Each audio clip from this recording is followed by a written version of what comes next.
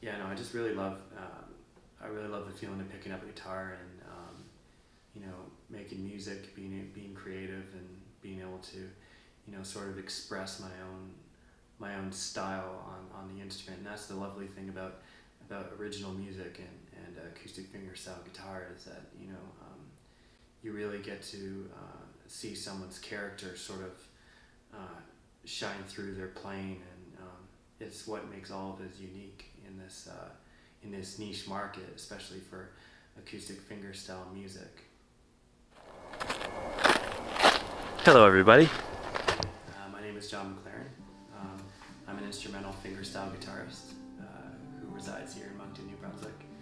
I was actually originally born in Toronto, Ontario, and I've been living in Moncton for about 4 years now. Guitar is actually my second instrument. My first instrument originally was violin, and I moved on to guitar when I was 15 years old.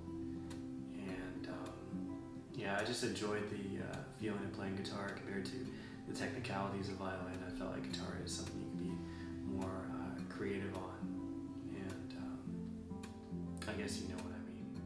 But as far as songwriting goes, I've been writing songs since I was 18, and I'm currently recording an album right now, which is being produced by Antoine Defer, who is a well-known fingerstyle guitarist around the world, and I'm in the process of recording that album in L'Assomption, Quebec.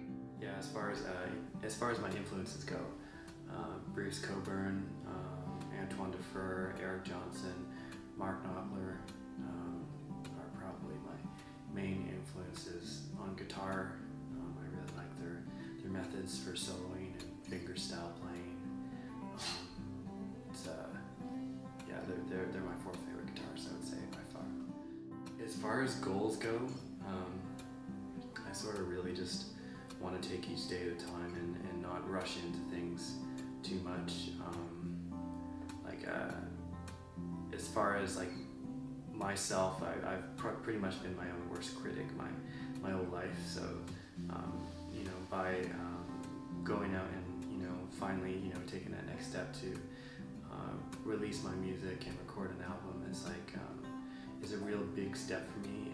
And when I eventually get my videos out there and my singles released, I'll go from there and see how it goes. And like I said, it's something I really enjoy doing, and I'm hoping to share my love of guitar playing with other people around the world who enjoy acoustic guitar music. As far as I battled a lot of anxiety and depression, and a lot of things that are working against me, in my own mind, and that sort of try to drive you off track of focusing on your goals and what you want to do with your life. And I found a real big help for me has been putting my faith in Jesus Christ, and it's really helped myself and my fiancée Brittany develop a stronger relationship, and by having a stronger relationship with Jesus Christ and the Lord. When in the process of songwriting, I think everybody really has a different style as far as songwriting goes. I sort of have like a lick that I'll usually play along, for example, like when I first started writing one of my pieces, Grand Falls, I was sort of like it was actually probably two separate songs that I had, and then I sort of lumped them all together. So it was kind of like this. It was like I sort of started out with this one lick I really liked.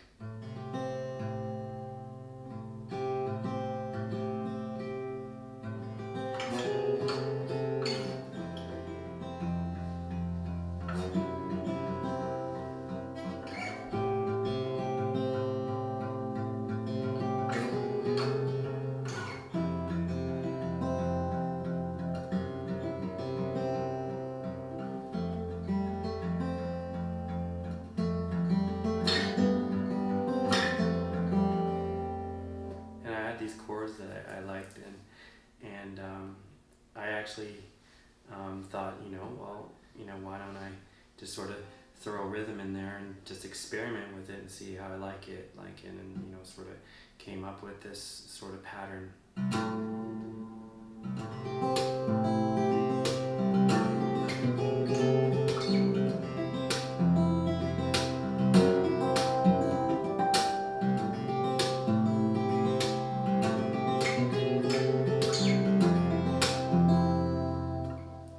Sort of just incorporating like a percussion and then like a bass note sort of along with it. Yeah, that's the one thing about that I really enjoy about especially what they consider to be more the modern style of fingerstyle guitar playing is by like incorporating a lot of like different rhythm techniques, a lot of different like percussive techniques that are not really utilized in a lot of the mainstream music. If you listen to guys like Andy McKee, Michael Hedges, like Antoine Defer, like there's so many amazing guitar players out there that really know how to sort of separate the guitar and basically make the guitar into all these different instruments all at once, like a real band scenario. So that's like sort of the path that I'm on right now, is just trying to learn as much about that sort of field as I can, and do the best I can at it. There's always gonna be somebody better than you, but like I said, I just go out there and do my best. And but getting back to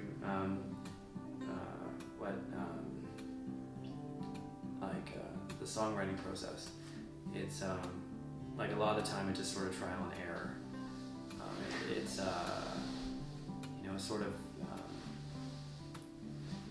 I find it almost happens by mistake. The more I think about writing a song, I usually can't write anything, because I'm usually thinking, oh man, I need to write a song, and I'm like just playing just a bunch of garbage for like hours and I can't really think of anything. It's sort of like hit a wall. But I find you sort of have to let it flow naturally, and if you're thinking about it too much and you're concentrating on that too much, I find that you're probably not going to write anything. But some people are driven by different means, and some people have different approaches to what they do when they're creating a song. But yeah, like my songs more or less came up by just playing different riffs, and then I found like different riffs I've had that I liked, and then sort of juggled them all and sort of mashed some of them in together and made songs out of them, and I thought they sounded really good.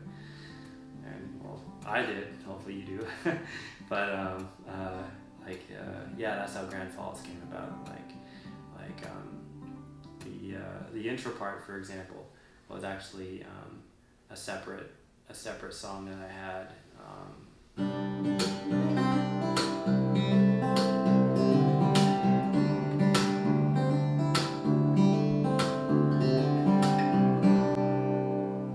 Yeah, that was actually a separate lick I was working on, and I was like, well, actually, that might not sound so bad in the intro, and then it sort of builds on from there. So as far as words of encouragement goes, in my honest opinion, I'd have to tell you just if you're a guitar player out there and you're ever feeling a moment of discouragement, or you want to quit, don't do it. It takes a lot of patience and a lot of practice and a lot of pain in the fingers. Eventually you'll get the hang of it. Yngwie Malmsteen said that it's 99% practice and 1% talent. So basically gifted. A lot of people say, well, you're gifted. You can just do that. But you know what? It's all practice. Anybody can learn how to play guitar, or play any kind of music they want to. One lesson, I would say a big lesson for me was from the Bible, was not to be so concerned about what is in this world, and be always striving to compare yourself to others' successes and failures and stuff like that. Like you know, every day in life, you know, is a lesson learned. There's a lesson to be learned by every day that we live. And the Bible teaches us not to be lovers of self and to care more for others, and to rather than to do just what glorifies self, do what glorifies the Lord, and it really takes a lot of pressure off your shoulders, whether you're dealing with anxiety, whether you're dealing with depression, whether you're dealing with like self-doubt or anything else like that. Like you know, putting your faith in something greater than you are. I'd like to thank you all for tuning in to People of Moncton, and I'd like to thank my new buddy Joseph here, and getting to know him, and thank you for getting to know me a little bit. And if you want to keep in touch with me, you can follow me on John McLaren Music on Facebook, and you can follow me at McLaren Guitar on Instagram. So John McLaren Music on Facebook and at McLaren Guitar on Instagram. Have a good one.